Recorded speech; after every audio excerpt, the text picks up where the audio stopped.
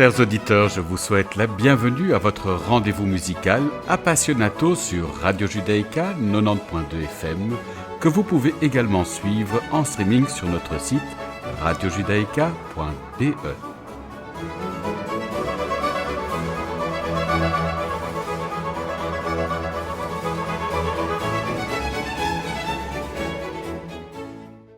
Nous avons l'immense plaisir d'accueillir aujourd'hui Anthony Kondo qui vient nous présenter le nouvel album du Quatuor Van Cuyk. Bonjour Anthony. Bonjour.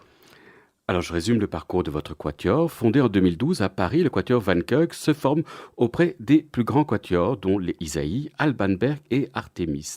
Très vite, votre formation accumule les récompenses. En 2013, le Quatuor Van Cuyk remporte le premier prix et prix du public au concours international de Trondheim en Norvège. En 2015, vous remportez le premier prix du Wigmore Hall String Quartet Competition, assorti des prix Haydn et Beethoven. Dans la foulée, votre formation est élue BBC New Generation Artist de 2015 à 2017. Vous êtes également Rising Stars pour la saison 2017-2018 pour le réseau ECHO qui réunit les plus grandes salles de concert européennes et est également lauréat HSBC du Festival d'Aix-en-Provence. Très présent sur les grandes scènes internationales, le Quatuor Van Cuyk est invité à se produire au Wigmore Hall, au Théâtre des Champs-Élysées, au Musikverein de Vienne, à la radio bavaroise à Munich, aux Philharmonies de Berlin, Luxembourg, Cologne, Hambourg et Paris et bien d'autres salles prestigieuses. Je vous propose de débuter notre entretien en écoutant La pavane pour une infante défunte de Maurice Ravel dans l'arrangement de Gildas Quillon. Le Quatuor Van Cuyk en est l'interprète.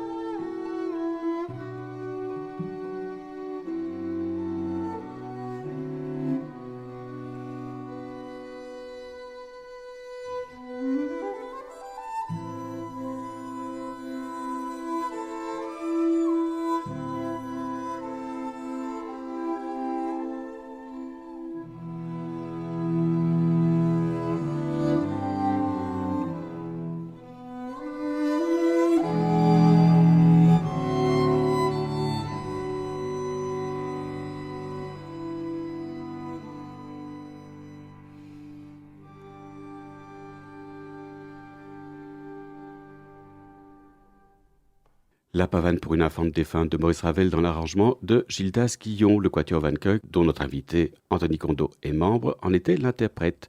Alors dites-nous Anthony, quand avez-vous décidé de consacrer votre activité à la musique de chambre? Ça s'est fait à la sortie des études, que ce soit donc moi qui rejoins le quatuor en 2020, parce que je me suis aussi dirigé vers la musique de chambre, et mes partenaires actuels du quatuor Van Cuyk. Quand on a fini nos études au CNSM après 5 ans à se perfectionner sur l'art de son instrument, la technique, on découvre les joies de la scène à plusieurs et d'un travail d'interprétation et de compréhension de la musique qui aussi nous dirige vers une vie où on va être sur la route, à beaucoup voyager, mais en étant quatre et pas seul comme on peut l'être peut-être quand on est plus soliste. Et donc après, c'est la rencontre avec des grands professeurs qui nous incitent à continuer en nous disant vous avez quelque chose de particulier à dire, donc persévérez et lancez-vous. C'est comme ça que l'histoire du Quatuor est née. Alors, vous étiez membre du quatuor Hermès. Quand avez-vous décidé de rejoindre le quatuor Van Cuyk? Eh bien moi j'ai quitté donc mon précédent Quatuor en 2019 après plus de 11 ans.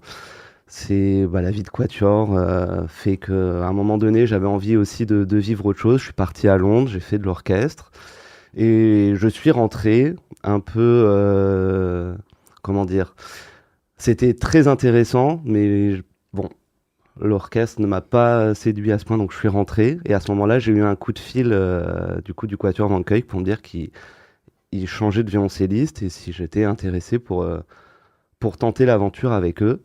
Et donc c'est à ce moment-là que ça a commencé à la sortie juste pendant le Covid. Et qu'est-ce qui vous a attiré dans la proposition du quatuor Van Cuyk? Pourquoi ce quatuor-là? Vous les connaissiez avant? Déjà, on se connaissait puisque avec deux des membres, donc le violoniste Nicolas et l'altiste Emmanuel, nous avons été étudiants ensemble au CNSM à Lyon. Du coup, on avait déjà une sorte d'amitié qui existait. Et, et c'est vrai qu'on garde toujours, on dit que le quatuor, une fois qu'on y a goûté, c'est dur d'aller manger ailleurs et d'être pleinement nourri. Et je pense que j'avais aussi envie de voir si les quelques petites frustrations que j'avais pu accumuler par le passé pouvaient être vécues différemment.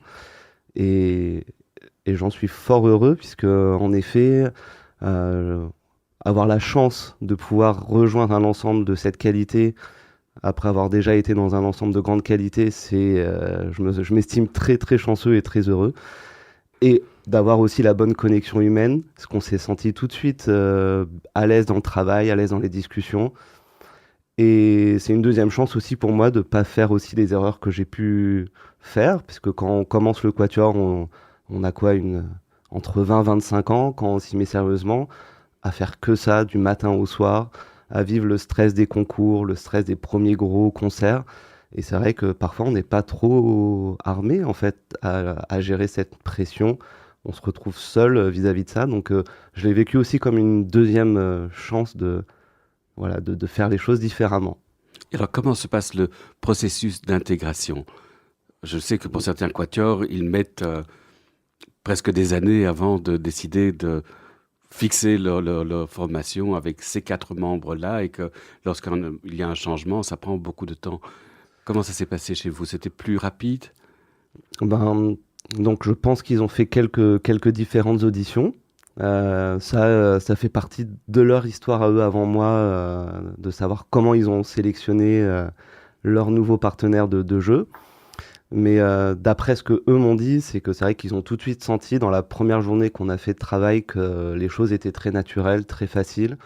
Moi, j'ai pour moi aussi d'avoir 11 ans d'expérience, donc au niveau du répertoire, il n'y a pas cette espèce de charge que j'ai dû avoir de monter 20 quatuors d'un coup, puisque je les avais déjà pour la plupart joués.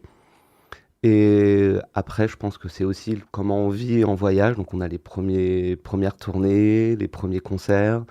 Et là, on voit voilà, comment on gère aussi les premières crises, puisque c'est comme un couple, hein. Au début, quand on est amoureux, tout va bien. Et puis après, il y a les premières tensions, comment on arrive à les gérer, comment on en ressort. Et tout ça a été très positif. Alors, ce sont des tensions sur des questions artistiques, sur la vision qu'on a d'une œuvre? sur des coups d'archet, sur... Ouais, ça peut.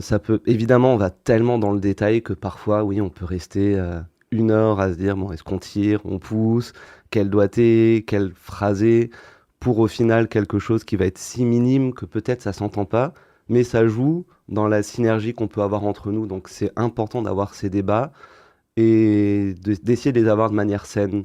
Donc peut-être quand il va y avoir deux personnes qui vont un peu se frictionner sur une idée un peu que chacun a trop fort, d'avoir une tierce personne qui va essayer de tempérer et de mettre un peu de, voilà, de douceur dans la conversation. Et on a cet équilibre. Alors, le célèbre quatuor Amadeus mettait un point d'honneur à ne jamais voyager ensemble. Les membres voyageaient toujours différemment. Est-ce que vous continuez à fréquenter les membres du quatuor Van Cuyk en dehors de votre activité professionnelle? Est-ce que vous voyez pour le plaisir ou au contraire, vous aimez garder une certaine distance? Eh bien, par le fait d'où on habite géographiquement, on ne se voit pas tous les jours, puisqu'on est deux sur Paris et deux en province. Après, moi, ce que j'apprécie beaucoup avec mes collègues, c'est qu'on aime passer du temps ensemble, on aime manger, euh, on aime voilà, les plaisirs de la vie aussi ensemble. Donc, c'est des choses qu'on partage et c'est important parce que sinon aussi, on peut, même si on est quatre, on peut vite se sentir seul si on n'a pas aussi ces échanges-là. Alors, je vous propose d'écouter à présent la petite suite de Claude Debussy dans l'arrangement d'Emmanuel François, le quatuor Van Cuyk, dont le violoncelliste Anthony Kondo est notre invité, en est l'interprète.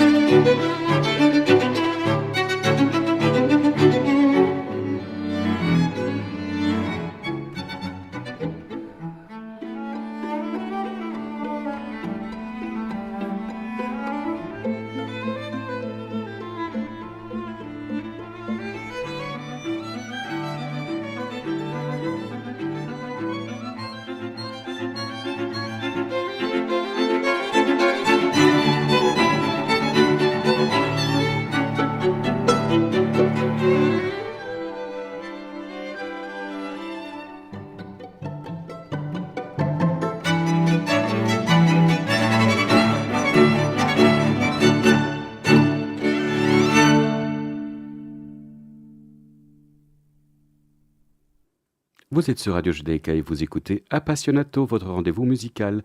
La petite suite de Claude Debussy dans l'arrangement pour quatuor à cordes d'Emmanuel François. Le quatuor Van Cuyck, dont le violoncelliste Anthony Kondo est notre invité, en était l'interprète. Un extrait d'un nouvel album intitulé Impression parisienne, paraissant chez Alpha Classique. Donc, ce mois-ci, vous sortez cet album Impression parisienne. Comment en avez-vous conçu le programme ? Je pense que c'est le programme le plus personnel du quatuor.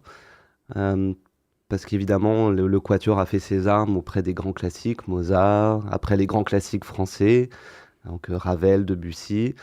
Et récemment, nous avons aussi fait une intégrale. On voulait vraiment faire un cycle complet, donc avec les quatuors de Mendelssohn. Mais ce programme est très particulier dans sa structure et dans le fait aussi que, excepté la création qu'on a commandée à Baptiste Trottignon, il n'y a rien qui n'a été composé pour le quatuor à cordes à la base.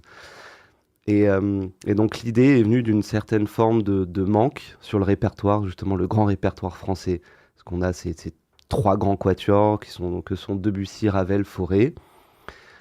Et en dehors de ça, on a des œuvres qui sont intéressantes, mais peut-être plus inégales, donc plus difficiles à défendre.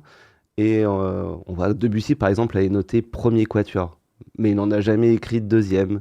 On sait que Poulenc a écrit un quatuor, et à la première lecture qu'il a entendue, il l'a brûlé. Donc, toutes ces choses-là ont mis une certaine forme d'envie d'élargir un peu le répertoire de la musique française de la belle époque. Et donc, on s'est lancé dans ce projet d'abord par un cycle de mélodies de Poulenc qu'on jouait en bis, après les concerts. Et après, on a voulu étoffer ce projet-là sur des pièces comme la petite suite en 4 mouvements qui peut faire office de petit quatuor, entre guillemets. Et l'intérêt aussi de ce disque, c'était de le mettre en relation avec un regard contemporain, donc avec Baptiste Trottignon. Et on trouve que ça éclaire aussi ses œuvres d'avant avec celles d'aujourd'hui d'une manière intéressante. Et c'est un projet, du coup, qui est tellement unique, on va dire, qu'on le chérit peut-être encore plus. Alors, comment s'est déroulée votre collaboration avec Baptiste Trottignon ? Moi, j'avais eu la chance de le rencontrer il y a à peu près 10 ans. Vous pourriez situer qui il est ? Ah oui, donc Baptiste Trottignon, grand pianiste jazz, qui depuis plusieurs années maintenant écrit aussi de la musique dite classique. Donc il a écrit un concerto pour piano pour Nicolas Sangelich, un concerto pour Leleu aussi. Et moi j'avais joué son premier quatuor il y a une dizaine d'années. Et j'avais adoré. J'avais trouvé ça vraiment, par la rythmique, les harmonies, à la fois novateur, jazzy, et à la fois rassurant comme musique. Et quand ce projet est venu de toutes ces petites transcriptions, on s'est dit il faut qu'on ait une sorte de colle, quelque chose pour relier un peu tout ça, que ça fasse pas juste un patchwork de petites pièces mis bout à bout. Et quand on en a parlé à Baptiste, il a tout de suite été emballé par le projet. Et nous, on lui a dit surtout, garde ton langage, ton inspiration. Ça doit pas être un carcan qui t'enferme, mais quelque chose qui t'inspire. Donc, que ce soit des citations, des accords, de la rythmique, libre à toi, et faisant quelque chose de très personnel. Et il a vraiment écrit ça très naturellement et très rapidement. On a été assez impressionnés. Ouais. Alors, est-ce qu'il était ouvert à vos suggestions ? Très. Il a été donc présent quand on a les premières répétitions, très à l'écoute de ce que nous, on avait à lui faire comme retour. Et il était aussi présent à l'enregistrement. On peut toujours se dire, quand le compositeur est là pour l'enregistrement, ça peut être compliqué. Et il a été parfait, avec l'ingénieur jamais à dépasser, toujours à donner les bonnes petites indications sur l'équilibre, sur des petites textures peut-être à corriger. Et lui-même corriger les choses qu'il avait écrites sur son manuscrit pour une publication peut-être 2.0 de l'œuvre par rapport à la première. Écoute, c'est formidable. Je vous propose d'écouter, de se rendre compte de ce dont il s'agit. Alors voici Ces messieurs Francis, composé par Baptiste Trottignon. Le quatuor Van Cuyck en est l'interprète.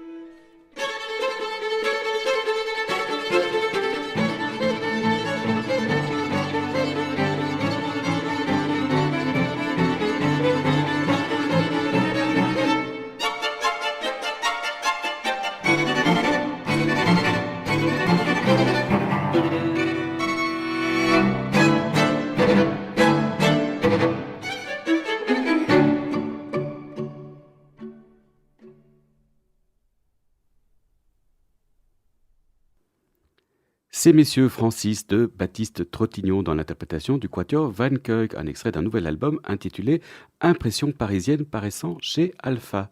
Alors Anthony, nous avons comme tradition d'offrir à notre invité la possibilité de faire découvrir à nos auditeurs un morceau de son choix. Qu'aimeriez-vous nous faire entendre? Eh bien, je vais vous faire entendre le concerto pour clarinette de Mozart, que j'ai découvert quand je n'avais pas encore choisi l'instrument que j'allais jouer, autour de mes 4 ans. Et donc à la première écoute, je sais que j'avais dit à ma mère, bah, c'est cet instrument que je veux jouer. Mais ce qui a été assez drôle, c'est qu'après une matinée passée en classe de conservatoire à écouter les cours, je suis sorti en disant que je pensais que c'était plus l'œuvre qui me plaisait que l'instrument.